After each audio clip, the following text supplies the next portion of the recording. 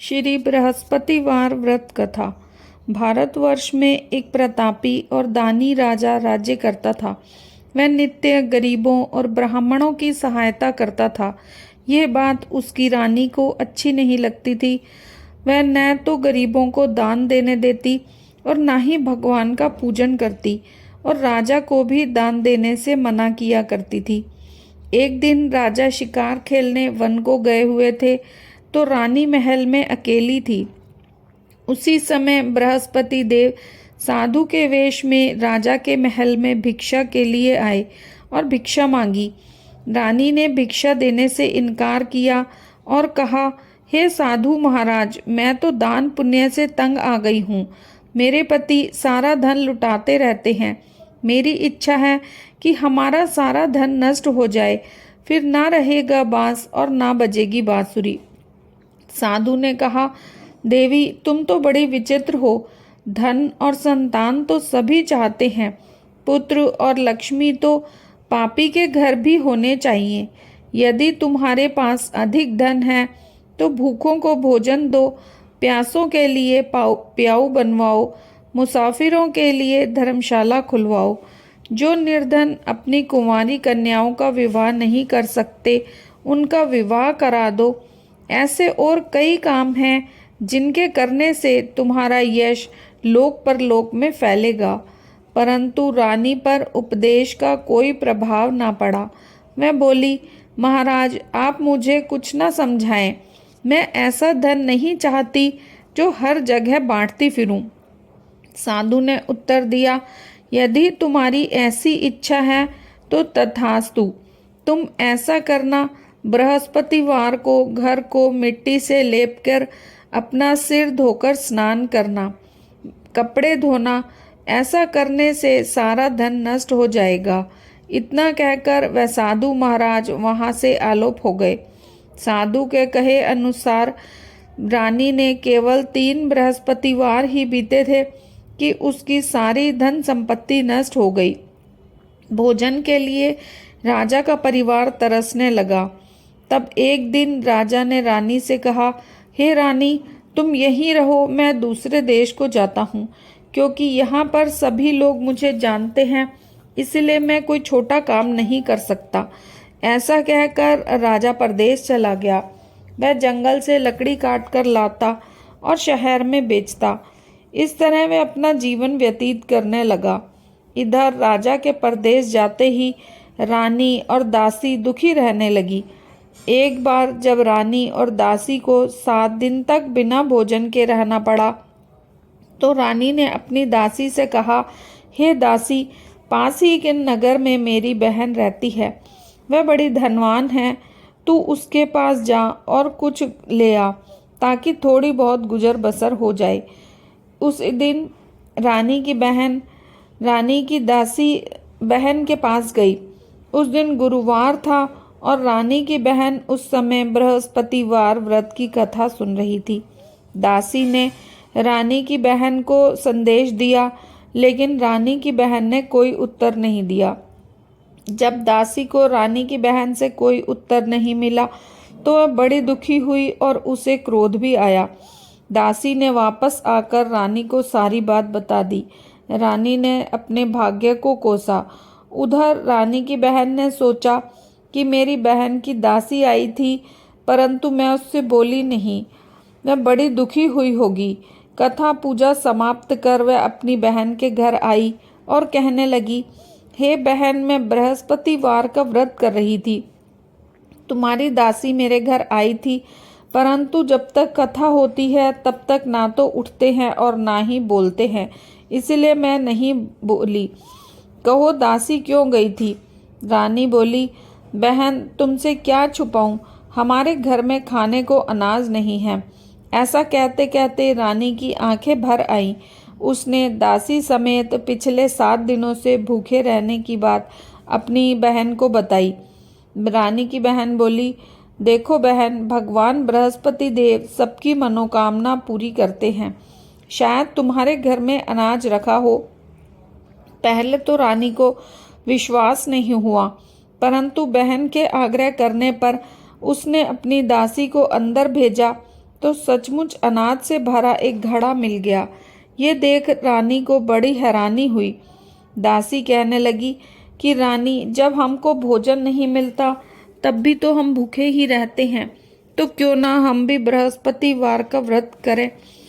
इतना तब रानी ने अपनी बहन से बृहस्पतिवार व्रत के बारे में पूछा। उसकी बहन ने बताया, बृहस्पतिवार के व्रत में चने की दाल और मुनक्का से भगवान विष्णु का केले की जड़ में पूजन करें तथा दीपक जलाएं। व्रत कथा सुने, पीरा भोजन करें, इससे बृहस्पति देव प्रसन्न होते हैं। व्रत और पूजन विधि बताकर रानी की बहन अपने घर लौट गई। 7 दिन बाद जब गुरुवार आया तो रानी और दासी ने व्रत रखा। गुड़साल में जाकर गुड़ और चना लेकर आई, फिर उससे केले की जड़ तथा विष्णु भगवान का पूजन किया। अब पीला भोजन कहाँ से आए, इस बात को लेकर दोनों बहुत दुखी थी, लेकिन उन्होंने व्रत रखा था, इसलिए बृहस्पति देव उनसे प्रसन्न थे। इसीलिए वे एक साधारण व्यक्ति का रूप धारण कर 2 थालों में सुंदर पीला भोजन दासी को देकर गए। दासी भोजन पाकर प्रसन्न हुई, फिर रानी के साथ मिलकर भोजन किया। इसके बाद वे गुरुवार को व्रत पूजन करने लगीं। बृहस्पति भगवान की कृपा से उनके पास फिर से धन संपत्ति आ गई, परंतु रानी फिर से पहले की तरह आलस करने लगी। तब दासी बोली, देखो रानी, तुम पहले भी इसी प्रकार आलस करती थी। तुम्हें धन रखने में कष्ट होता था, इस कारण सभी धन नष्ट हो गया, और अब जब बृहस्पति भगवान की कृपा से धन मिला है तो तुम्हें फिर से आलस हो रहा है। रानी को समझाते हुए दासी कहने लगी कि बड़ी मुसीबतों के बाद हमने यह धन पाया है, इसीलिए हमें दान पुण्य करना चाहिए, भूखे मनुष्य को भोजन कराना चाहिए और धन को शुभ कार्यों में खर्च करना चाहिए, जिससे तुम्हारे कुल का यश बढ़े, स्वर्ग की प्राप्ति होगी और पितृ प्रसन्न होंगे। दासी की बात मान रानी अपना धन शुभ कार्यों में खर्च करने लगी, जिससे पूरे नगर में उसका यश फैलने लगा। एक दिन राजा दुखी होकर जंगल में पेड़ के नीचे आसन जमाकर बैठा था। अपनी दशा को याद करके व्याकुल होने लगा। बृहस्पतिवार का दिन था। एकाएक उसने देखा कि निर्जन वन में एक साधु प्रकट हुए। वह साधु वेश में स्वयं बृहस्पति देवता थे। लकड़हारे के सामने आकर बोले, हे लकड़हारे, तू इस सुनसान जंगल में चिंता मगन क्यों बैठा है। लकड़हारे ने दोनों हाथ जोड़कर प्रणाम किया और उत्तर दिया, महात्मा जी, आप सब कुछ जानते हैं, मैं क्या कहूँ। यह कहकर रोने लगा और साधु को अपनी आत्मकथा सुनाई। महात्मा जी ने कहा, तुम्हारी स्त्री ने बृहस्पति के दिन बृहस्पति भगवान का निरादर किया है, जिसके कारण रुष्ट होकर उन्होंने तुम्हारी ये दशा कर दी। अब तुम चिंता दूर करके मेरे कहने पर चलो, तुम्हारे सब कष्ट दूर हो जाएंगे और भगवान पहले से भी अधिक धन संपत्ति देंगे। तुम बृहस्पति के दिन कथा किया करो, 2 पैसे के चने मुनक्के लाकर उसका प्रसाद बनाओ और शुद्ध जल के लोटे में शक्कर मिलाकर अमृत तैयार करो। कथा के पश्चात अपने सारे परिवार और सुनने वाले में अमृत व प्रसाद बांटकर अपने आप भी ग्रहण करो। ऐसा करने से भगवान तुम्हारी सभी मनोकामनाएं पूरी करेंगे। साधु के ऐसे वचन सुन लकड़हारा बोला, हे प्रभु, मुझे लकड़ी बेचकर इतना पैसा नहीं मिलता जिससे भोजन के उपरांत कुछ बचा सकूं। मैंने रात्रि में अपनी स्त्री को व्याकुल देखा। मेरे पास कुछ भी नहीं है जिससे मैं उसकी खबर मंगा सकूं। साधु ने लकड़हारे से कहा, तुम किसी बात की चिंता मत करो। बृहस्पति के दिन तुम रोजाना की तरह लकड़ियां लेकर शहर को जाओ। तुम्हें रोज से दुगना धन प्राप्त होगा, जिससे तुम भली भांति भोजन कर लोगे तथा बृहस्पति देव की पूजा का सामान भी आ जाएगा। इतना कह साधु अंतर्ध्यान हो गए। धीरे धीरे समय व्यतीत होने लगा। फिर वही बृहस्पतिवार का दिन आया। लकड़हारा जंगल से लकड़ी काटकर शहर में बेचने गया। उसे उस दिन और दिनों से अधिक पैसा मिला। राजा ने चना गुड़ लाकर गुरुवार का व्रत किया। उस दिन से उसके सभी कलेश दूर हुए, परंतु जब दोबारा गुरुवार का दिन आया तो वह व्रत करना भूल गया। इस कारण बृहस्पति भगवान नाराज हो गए। उस दिन नगर के राजा ने विशाल यज्ञ का आयोजन किया तथा शहर में घोषणा करा दी कि आज कोई मनुष्य अपने घर भोजन ना बनाए और समस्त जनता मेरे यहाँ भोजन करने आए, और राजा की आज्ञा को जो नहीं मानेगा उसे फांसी की सजा दी जाएगी। इस तरह की घोषणा संपूर्ण नगर में करा दी गई। राजा की आज्ञा अनुसार शहर के सभी लोग भोजन करने गए, लेकिन लकड़हारा कुछ देर से पहुंचा। राजा उसको अपने साथ ले गए और भोजन करा रहे थे तो रानी की दृष्टि उस खूंटी पर पड़ी जिस पर उसका हार लटका हुआ था। वहां हार नहीं दिखाई दिया तो रानी ने निश्चय किया कि मेरा हार इसी मनुष्य ने चुराया है। उसी समय सिपाहियों को बुलाकर उसको कारागार में डलवा दिया। जब लकड़हारा कारागार में पड़ा, बहुत दुखी होकर विचार करने लगा कि ना जाने कौन से पूर्व जन्म के कर्म से मुझे ये दुख प्राप्त हुआ है, और उसी साधु को याद करने लगा जो जंगल में मिला था। उसी समय तत्काल बृहस्पति देव साधु के रूप में प्रकट हुए और उसकी दशा को देखकर कहने लगे, अरे मूर्ख, तूने बृहस्पति देव की कथा नहीं करी, इस कारण तुझे दुख प्राप्त हुआ है। अब चिंता मत कर, बृहस्पतिवार के दिन कारागार के दरवाजे पर 4 पैसे पड़े मिलेंगे। उनसे तू बृहस्पति देव की पूजा कर, तेरे सभी कष्ट दूर हो जाएंगे। बृहस्पति के दिन उसे 4 पैसे मिले। लकड़हारे ने कथा कही।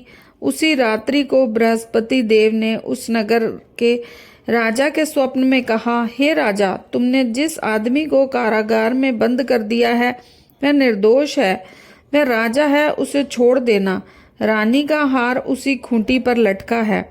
इस तरह रात्रि के स्वप्न को देख राजा लक्कड़ ने प्रातः काल खूंटी पर हार देख लकड़हारे को बुला क्षमा मांगी और योग्य सुंदर वस्त्र आभूषण देकर विदा किया।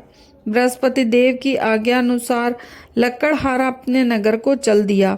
राजा जब नगर के निकट पहुंचा तो उसे बड़ा आश्चर्य हुआ। नगर में पहले से अधिक बाग, तालाब, कुएं, बहुत सी धर्मशालाएं, मंदिर बन गई। राजा ने पूछा, ये किसके हैं? तब नगर के लोग कहने लगे, ये सब रानी और बांदी के हैं। तो राजा को आश्चर्य हुआ और गुस्सा भी आया। जब रानी ने यह खबर सुनी कि राजा आ रहे हैं तो उन्होंने बांदी से कहा कि राजा हमें बहुत बुरी हालत में छोड़ गए थे, हमारी ऐसी हालत देखकर लौट न जाएं, इसीलिए तू दरवाजे पर खड़ी हो जा। आज्ञा अनुसार रानी दासी दरवाजे पर खड़ी हो गई। राजा आए तो उन्हें अपने साथ लिवा लाई। तब राजा ने क्रोध करके अपनी रानी से पूछा, तुम्हें ये धन कैसे प्राप्त हुआ? उन्होंने कहा, ये सब धन हमें बृहस्पति देव के व्रत के प्रभाव से मिला है। राजा ने निश्चय किया कि 7 रोज बाद तो सभी बृहस्पति देव का पूजन करते हैं, परंतु मैं प्रतिदिन दिन में 3 बार कहानी तथा रोज व्रत किया करूँगा। अब हर समय राजा के दुपट्टे में चने की दाल बंधी रहती, दिन में 3 बार कहानी कहता। एक रोज राजा ने विचार किया कि चलो अपनी बहन के यहाँ हो आए। इस तरह निश्चय कर राजा घोड़े पर सवार हो अपनी बहन के यहाँ जाने लगा। मार्ग में उसने देखा कि कुछ आदमी एक मुर्दे को लिए जा रहे हैं। उन्हें रोककर राजा कहने लगा, अरे भाइयों, मेरी बृहस्पति की कथा सुन लो। वे बोले, हमारा तो आदमी मर गया और इसको अपनी कथा की पड़ी है। परंतु कुछ आदमी बोले, अच्छा कहो, हम तुम्हारी कथा सुन लेंगे। राजा ने दाल निकाली और जब कथा आधी हुई कि मुर्दा हिलने लगा और कथा समाप्त हो गई तो राम राम करके खड़ा हो गया। आगे मार्ग में उसे एक किसान मिला। उसे देख राजा ने कहा, अरे भाई, मेरी बृहस्पतिवार की कथा सुन लो। किसान बोला, जब तक मैं तेरी कथा सुनूंगा तब तक 4 हरिया खेत जोत लूंगा। जा अपनी कथा किसी और को सुना। इस तरह राजा आगे चलने लगा। राजा के हटते ही बैल पछाड़ खाकर गिर गए और किसान के पेट में दर्द होने लगा। उस समय उसकी माँ रोटी लेकर आई। उसने जब अपने पुत्र का ये हाल देखा तो घुड़सवार के पास गई और बोली, मैं तेरी कथा सुनूंगी और तू अपनी कथा मेरे खेत पर चलकर कहना। राजा ने बुढ़िया के खेत पर जाकर कथा कही, जिसको सुनते ही बैल खड़े हो गए और किसान के पेट का दर्द बंद हो गया। राजा अपनी बहन के घर पहुंचा। बहन ने भाई की खूब मेहमानी की। दूसरे रोज प्रातःकाल राजा जागा तो वह देखने लगा कि सब लोग भोजन कर रहे हैं। राजा ने अपनी बहन से कहा, कोई ऐसा मनुष्य है जिसने भोजन नहीं किया हो और मेरी बृहस्पतिवार की कथा सुन ले? बहन बोली, भैया ये देश ऐसा ही है, यहाँ लोग पहले भोजन करते हैं, बाद में कोई और काम करते हैं। अगर कोई पड़ोस में हो तो दिखाऊं। ऐसा कहकर जाने लगी। उसने देखा कि कोई ऐसा व्यक्ति नहीं मिला कि जिसने भोजन न किया हो। अंत में एक कुम्हार के घर गई जिसका लड़का बीमार था और उसने 3 दिन से भोजन नहीं किया था। राजा ने जाकर बृहस्पतिवार की कथा कही, जिसे सुनकर लड़का ठीक हो गया। एक रोज राजा ने अपनी बहन से कहा कि हे बहन, हम अपने घर जाएंगे, तुम भी तैयार हो जाओ। रानी की सास ने अपने बहू से कहा, लड़कों को मत ले जाना क्योंकि तेरे भाई के कोई औलाद नहीं है। बहन ने कहा, भैया मैं तो चलूंगी पर बालक नहीं जाएंगे। राजा बोला, जब बालक नहीं जाएंगे तब तुम ही क्या करोगी? बड़े दुखी मन से राजा अपने नगर को लौट आया। राजा ने रानी से कहा, हम निर्वंशी हैं, हमारा मुंह देखने का धर्म नहीं है। रानी बोली, हे प्रभु, बृहस्पति देव ने हमें सब कुछ दिया है, वे हमें औलाद अवश्य देंगे।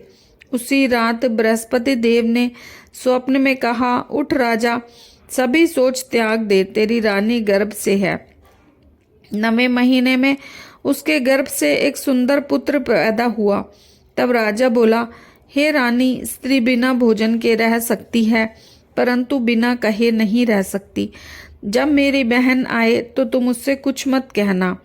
राजा की बहन ने यह शुभ समाचार सुना तो वह बहुत खुश हुई और बधाई लेकर अपने भाई की यहाँ आई। रानी ने कहा, घोड़ा चढ़कर तो नहीं आई, गधा चढ़ी आई। राजा की बहन बोली, मैं इस प्रकार ना कहती तो तुम्हें औलाद कैसे मिलती? बृहस्पति देव ऐसे ही हैं, जिसके मन में जो मनोकामनाएं हैं सभी को पूर्ण करते हैं, और जो सद्भावना पूर्वक बृहस्पतिवार का व्रत करता है एवं कथा पढ़ता है, सुनता है, दूसरों को सुनाता है, बृहस्पति देव उसकी सभी मनोकामनाएं पूर्ण करते हैं। बृहस्पति देव उसकी सदैव रक्षा करते हैं। संसार में जो मनुष्य सद्भावना से भगवान जी का पूजन व्रत सच्चे हृदय से करते हैं तो उनकी सभी मनोकामनाएं पूरी होती हैं। जैसी सच्ची भावना से रानी और राजा ने उनकी कथा का गुणगान किया तो उनकी सभी इच्छाएं बृहस्पति देव ने पूर्ण की। इसीलिए पूर्ण कथा सुनने के बाद प्रसाद लेकर जाना चाहिए। हृदय से मनन करते हुए जयकारा बोलना चाहिए। बोलो बृहस्पति देव की जय, विष्णु भगवान की जय। ओम जय बृहस्पति देवा, जय बृहस्पति देवा। छिन छिन भोग लगाऊं, कदली फल मेवा। ओम जय बृहस्पति देवा। तुम पूर्ण परमात्मा, तुम अंतर्यामी, जगत पिता जगदीश्वर, तुम सबके स्वामी। ओम जय बृहस्पति देवा। चरणामृत निज निर्मल, सब पातक हरता, सकल मनोरथ दायक, कृपा करो भरता।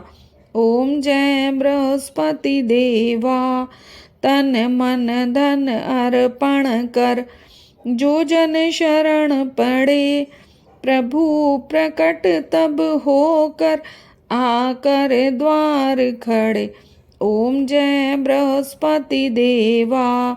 दीन दयाल दयानिधि, भक्तन हितकारी, पाप दोष सब हरता, भव बंधन हारी। ओम जय बृहस्पति देवा, सकल मनोरथ दायक, सब संशय हारो, विषय विकार मिटाओ, संतन सुखकारी। ओम जय बृहस्पति देवा, जो कोई आरती तेरी प्रेम सहित गावे, ज्येष्ठानंद आनंद कर सो निश्चय पावे। ओम जय बृहस्पति देवा। बोलो विष्णु भगवान की जय, बृहस्पति भगवान की जय।